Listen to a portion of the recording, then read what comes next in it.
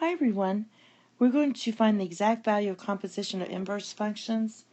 And again, we're looking at the inner function. And this is where we have a ratio here. It's not on our unit circle or on our table. So we're going to let this part right here equal theta. So we're looking for tan of theta. All right, we know tan of theta equals y over x. And here we're going to set this to theta.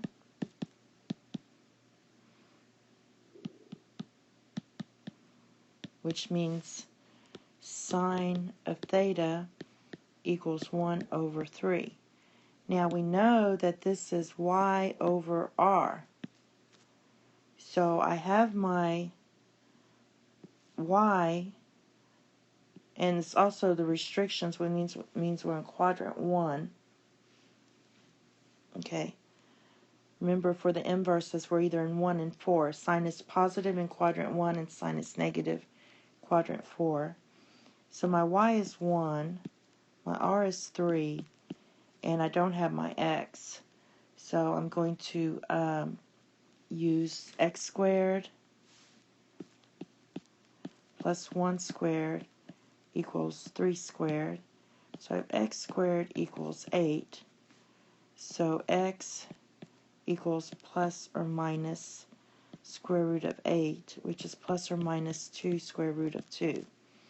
Now since we're in quadrant 1, because of the restrictions here, I'm going to take the positive. I'm just going to erase this negative. Well, I'm going to erase the whole thing. So it's just going to be plus. So it's going to be 2 square root of 2. Now, we need tan. And tan of theta is y. And y is 1. And x is 2 square root of 2. So just go ahead and rationalize the denominator here. And we're going to get tan of theta equals square root of 2 over 4. So this whole thing equals square root of 2 over 4. This whole thing. All right? So here we do the same thing. We're going to set this to theta. This whole thing equals theta. And we're seeking tan of theta. So this equals 1/3, which is x over r. I know I'm in quadrant 1 because this is positive. You can be in quadrant 1 or 2, but since it's positive, we're in quadrant 1. That means my x is 1, my r is 3, and from the previous slide, I know that my y is going to be square root of 2 over 2. And now we need tan. Tan is y over x. So that's going to be 2 square root of 2 over 1. So tan times the inverse cosine of 1/3 equals 2 square root of 2. Okay, the next one, we do the same thing. We set this to theta, and we really want secant of theta. We know secant is r over x, and we have tan of theta equals 1/2, which is y over x. So I know my x is 2, my y is 1, and I need my r. I already know my x is going to be 2 here. So r squared equals x squared plus y squared. R squared equals 5. So r equals plus square root of 5 because I'm in quadrant 1. So I'm just going to put this here, square root of 5. So that's your answer. This whole thing equals square root of 5 over 2. We'll go a little faster here. I know this is positive, so I know I'm in quadrant 1. This is going to be y over r. So my y is square root of 2. My r is 3. And I have to find my x. So I have x squared plus y squared equals 3 squared. So I have x squared plus 2 equals 9. So x squared equals 7. So x equals the square root of 7. Whoops. Square root of 7. And we know it's positive because it's in quadrant 1. So we need cosine of theta, which is x over r. And x is square root of 7. And r is 3. So this whole thing equals square root of 7 over 3. This is almost the same thing. Sine of theta equals negative square root of 2 over 3. Now, the first thing we need to know is that the restrictions for the inverse is 1 and 4. Since this is negative, we're in quadrant 4. Just remember that. So I know this is y and this is r. R is always positive.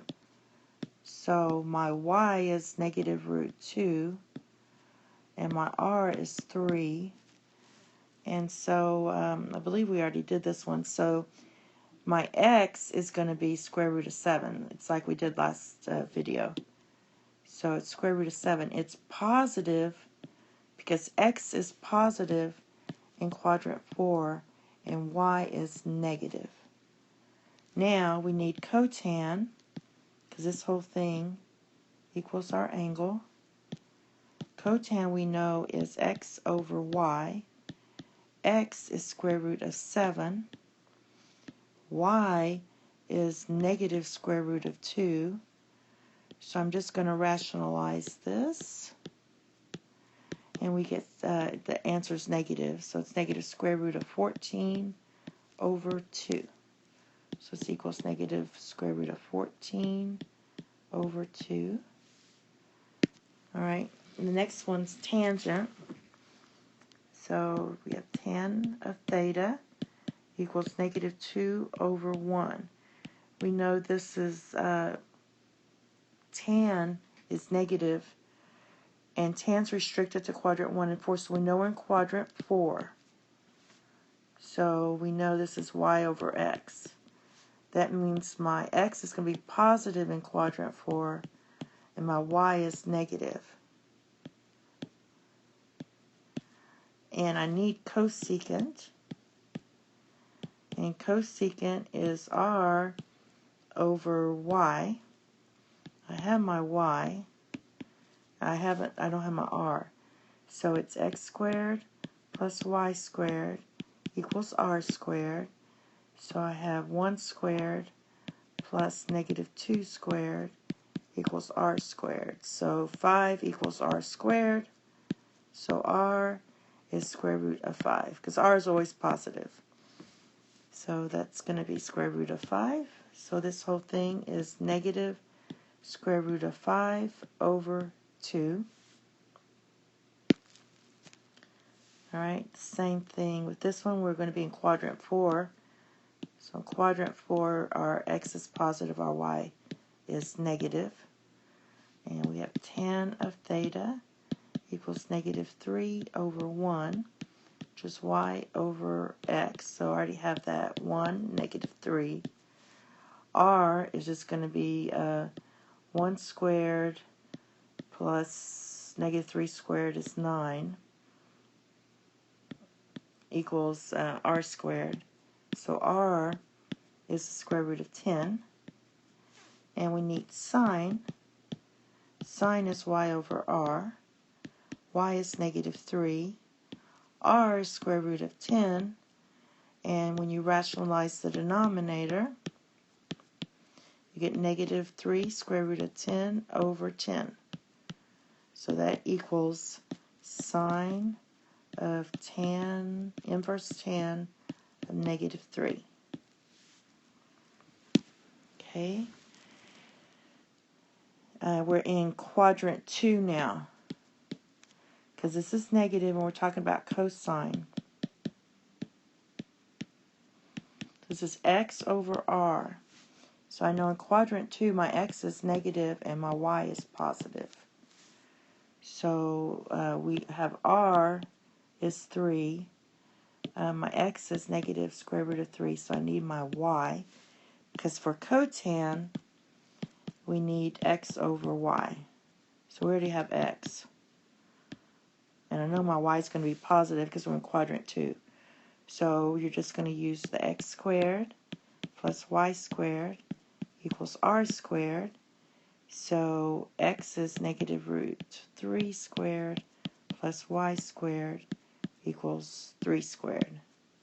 So y squared is going to be 9 minus 3. Y squared equals 6. So y equals square root of 6. So I'm going to put that here. I'm going to rationalize my denominator. And I get negative square root of 18 over 6. And that can be reduced to 9 times 2 over 6. I'm going to just move it over here a little bit. So square root of 9 is 3, so we get negative 3 square root of 2 over 6. 3 goes into 6 2 times, so you get negative square root of 2 over 2. So that's our answer, negative square root of 2 over 2.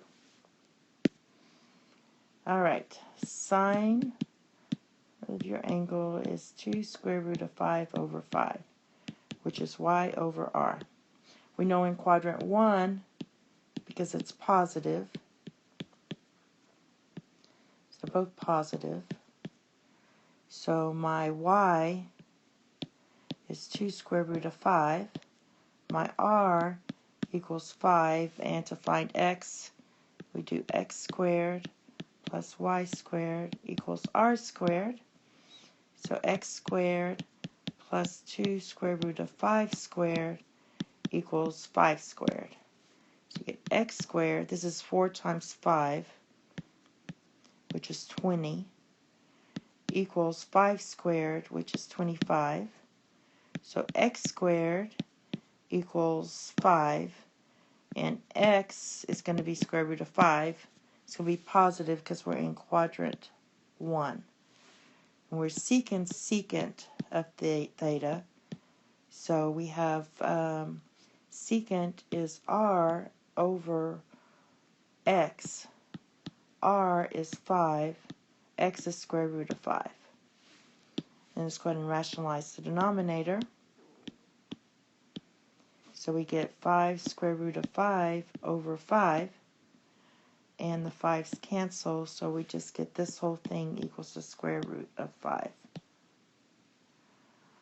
And we have one more. And look how I wrote this. Silly me. So cosecant. All right. Tan of theta equals 1/2. This is y over x. I know I'm quadrant 1 because we're dealing with the inverse. And so I know r is square root of 5. R is always positive. I just squared these two. 1 squared, I just did 1 squared plus 2 squared equals 5. And then I took the square root of it for r. So I did that in my head. Now we need cosecant of theta. Cosecant is r over y. My y is 1, so that's nice. So r is just square root of 5 over 1. So my answer is just going to be square root of 5. And that's all. Thank you. Have a nice day. Bye-bye.